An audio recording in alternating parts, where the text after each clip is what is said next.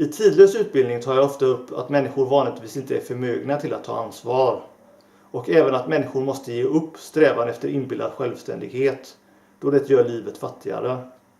Människors oförmåga att ta ansvar är anslutet med orsaksmässig kausalitet, det vill säga begränsning av frihet eller fri vilja, samt okunskap. Och riktig självständighet är omöjligt eftersom allt är anslutet och befinner sig i konstant energiutbyte.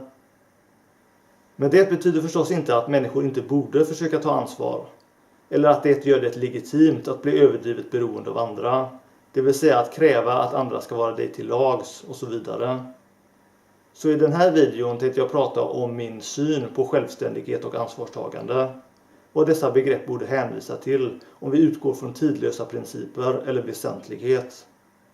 Det är rätt enkelt egentligen. Om människor inte kan ta ansvar, då kan det inte heller förväntas att någon annan ska ta ansvar för dig. För de kanske inte är fria nog att göra det.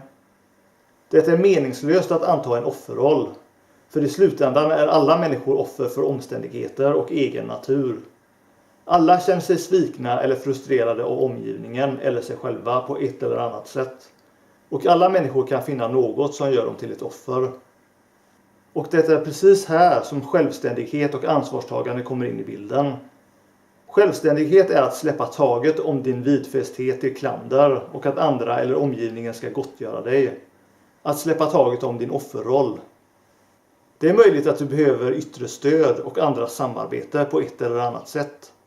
Men vad du inte behöver är illusionen om att du är speciell i din utsatthet och att andra är skyldiga dig något. Kom ihåg, outvecklade människor är inte ansvariga. Det är ungefär som Jesus sa på korset. Förlåt dem, för de vet inte vad de gör. Och det här gäller även dig själv. Du vet inte vad du själv orsakar med dina reaktiva handlingar. Du är inte heller ansvarig. Så när du väl inser detta finns det heller ingen anledning att klandra dig själv för ditt klander eller hat mot andra. Och det här är grundprincipen bakom riktig kärlek och förlåtelse. Du måste förstå. Annars är din förlåtelse och acceptans bara en obekväm plikt eller självbedrägeri. Så kunskap, sanning, medvetenhet är nyckeln till självständighet och ansvarstagande. Riktigt ansvarstagande hade varit att ge dig och alla andra den här kunskapen eller undervisningen. Så den enda som kan ta ansvar på riktigt är just den som besitter den här kunskapen eller förståelsen. Och det ansvarstagandet är det praktiskt taget ingen som tar just nu, då få besitter denna kunskap. Och det är därför jag gör ett försök. Så grovt förenklat kan vi säga att självständighet är att vara icke-vidfäst och opartisk. Särskilt att släppa taget om sin offerroll och klander, vilket fastbinder dig till människor och händelser i det förflutna. Och ansvarstagande är att öka sin egen och andras förståelse och att sprida rätt kunskap. Beroende är att vara vidfäst önskningar om gottgörelse eller att omgivningen ska anpassa sig efter ditt humör och känslor. Oansvarighet är att slarva med visdom, sanning och kunskap. Att inte föra den vidare på ett kompetent sätt. Eller att istället förespråka manipulerande utbildning där folk ska anpassa sig ditt samhällsideal eller önskning. Det vill säga att hålla andra okunniga för att lättare kunna kontrollera dem. Så riktigt ansvarstagande är bara möjligt på den högsta medvetenhetsnivån, nivå 1. På den andra nivån börjar en individ bli ansvarstagande. Men det är mestadels en form av övning eller praktik. I de lägre nivåerna är människor inte förmögna till riktigt ansvarstagande, även om de ofta pratar om det. Men på nivå 3 kan man säga att individen besitter en konstruktiv passivitet eller självifrågasättande, vilket kan leda till ansvarstagande.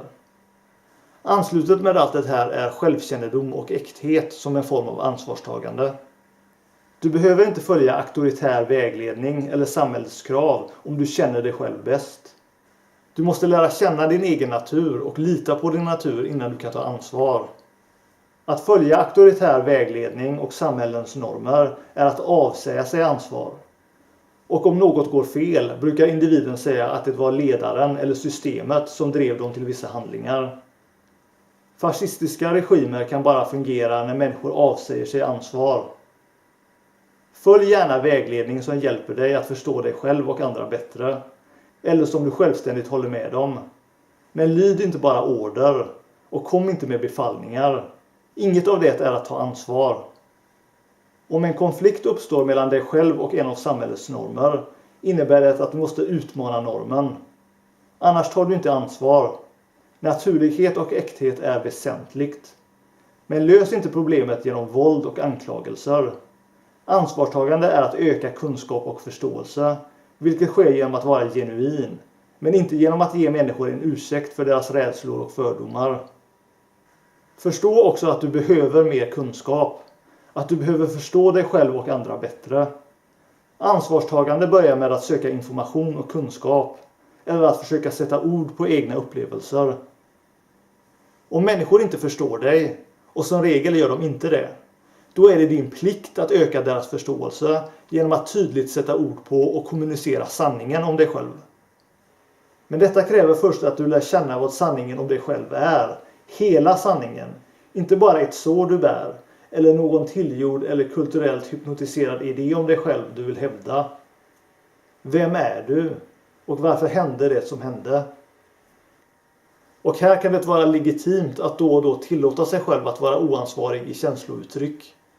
För att lära känna dig själv måste du uttrycka dig.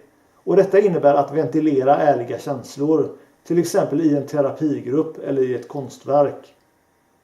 Så det är viktigt att förstå att jag inte förespråkar att människor ska lägga locket på sina äkta känslor. Men aggressiva känslor har en tendens att minska automatiskt ju mer en människa förstår. Och även ju mer en människa uttrycker sina känslor eller aggression i kontrollerad miljö. Det är empiriskt bevisat. Och jag talar även från erfarenhet.